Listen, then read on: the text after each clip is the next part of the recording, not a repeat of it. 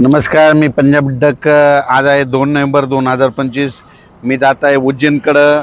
तर पाहू शकता उज्जैनकडे जात आहे। या ठिकाणून महाराष्ट्रातल्या शेतकऱ्याला अंदाज देणार, कारण की काय झालं की राज्यामध्ये महाराष्ट्राकडे सध्या पाऊस चालू आहे। तर बऱ्याच शेतकऱ्याचे फोन आले की हा पाऊस कधीपर्यंत चालू राहणार आहे। तर महाराष्ट्रातल्या शेतकऱ्याला सांगू इच्छितो की आज 2 नोव्हेंबर, काही ठिकाणी 3 नोव्हेंबरपर्यंत पाऊस राहील, काही ठिकाणी 4 नोव्हेंबरपर्यंत पाऊस राहील, म्हणून हा अंदाज लक्षात घ्यायचा।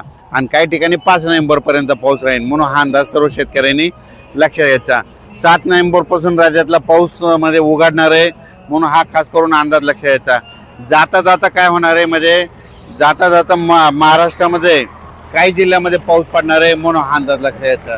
मग ते सांगायचं झालं तर मग त्याच्यामध्ये जाता जाता कोणत्या जिल्ह्यात जास्त पाऊस पडणार आहे, त्याच्यानंतर परभणी जिल्ह्यामध्ये, त्याच्यानंतर नांदेड जिल्ह्यामध्ये, त्याच्यानंतर हिंगोली जिल्ह्यामध्ये, बीड जिल्ह्यामध्ये, लातूर जिल्ह्यामध्ये, धाराशिव जिल्ह्यामध्ये, सोलापूर जिल्ह्यामध्ये, सातारा, सांगली ह्या पट्ट्यामध्ये, त्याच्यानंतर इकडं झालं तर यवतमाळ जिल्ह्यामध्ये, वाशिमकडं ह्या पट्ट्यामध्ये काय होणार, जाता जाता 4-5 तारखेला पाऊस पडणार आहे, म्हणून हा अंदाज लक्षात घ्यायचा। पण राज्यात सांगायचं झालं तर 7 तारखेच्या नंतर पाऊस कमी होणार आहे, म्हणून खास करून हा अंदाज देखील महाराष्ट्राच्या सर्व शेतकऱ्यांनी लक्षात घ्यायचा। राज्यातल्या सर्व शेतकऱ्याला सांगू इच्छितो की राज्यामध्ये थंडी येणार आहे, पण ती कशी येणार आहे तर बऱ्याच जणांना वाटतं की सगळीकडे एकदा येईल, पण थंडी तशी नाही येणार। काय होणार आहे, 5 तारखेला तुम्हाला सांगू इच्छितो, नंदुरबार जिल्हा, धुळे जिल्हा, नाशिक जिल्हा, जळगाव जिल्हा, नांदुरा तालुका, बुलढाणा जिल्हा, घाटाच्या खाली, त्याच्यानंतर परतवाडा, खामगाव, अकोला, अकोट, वर्धा, नागपूर ह्या परिसरामध्ये 5 तारखेला थोडी थंडी जाणवणार आहे। ती थंडी काय होणार आहे, 6 तारखेला ती थंडी काय होणार आहे, इकडं अहिल्यानगर, जुन्नर, आंबेगाव, त्यानंतर ओझर, त्याच्यानंतर इकडं संभाजीनगर, जालना जिल्हा, परभणी जिल्हा, त्याच्यानंतर हिंगोली जिल्हा, त्यानंतर वाशिम जिल्हा, अकोला जिल्हा, यवतमाळ जिल्हा ह्या पट्ट्यामध्ये 6 तारखेला थोडी थंडी जाणवणार। 7 तारखेला ती थंडी परत काय होणार आहे, परभणीकडे या परिसरामध्ये येणार, आणि 8 तारखेला परत राज्यात बऱ्याच ठिकाणी थंडी जाणवण्याला दिसणार, म्हणून हा अंदाज लक्षात घ्यायचा। म्हणजे सांगायचं झालं तर राज्यामध्ये आणखीन फक्त मी म्हटलं होतं ना 4 तारखेपर्यंत राज्यात भाग बदलत विखुरलेला स्वरूपाचा पाऊस पडणार आहे, म्हणून हा अंदाज लक्षात घ्यायचा।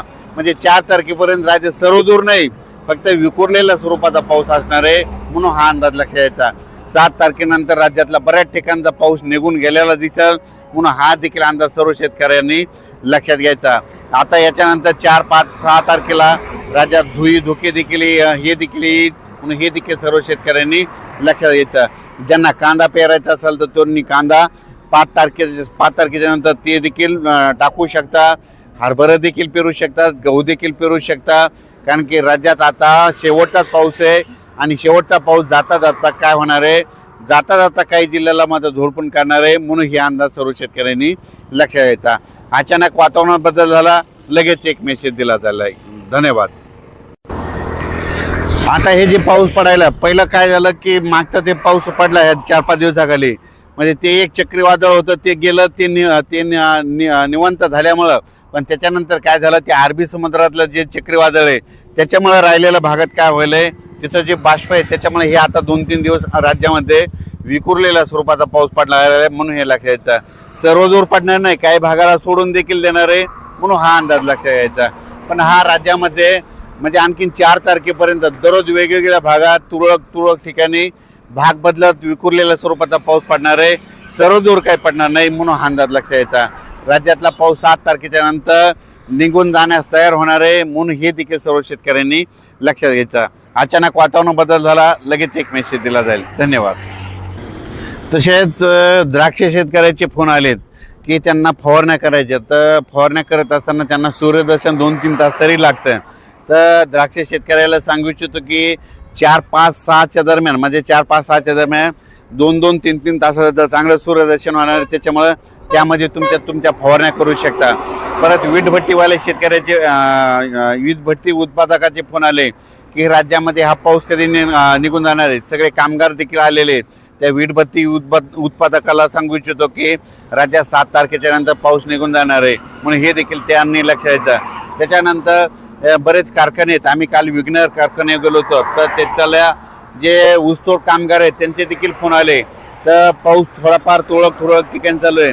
तर ऊसतोड कामगारांना सांगू इच्छितो की आणखीन तुम्हाला 2-3 दिवस म्हणजे 4 तारखेपर्यंत या तुरळक पावसाला सामोरे जावं लागणार आहे, कारण की तुरळक पाऊस पडणार आहे, पण 7 तारखेच्या नंतर ते देखील पाऊस कमी होऊन जाणार आहे, निघून जाणार आहे।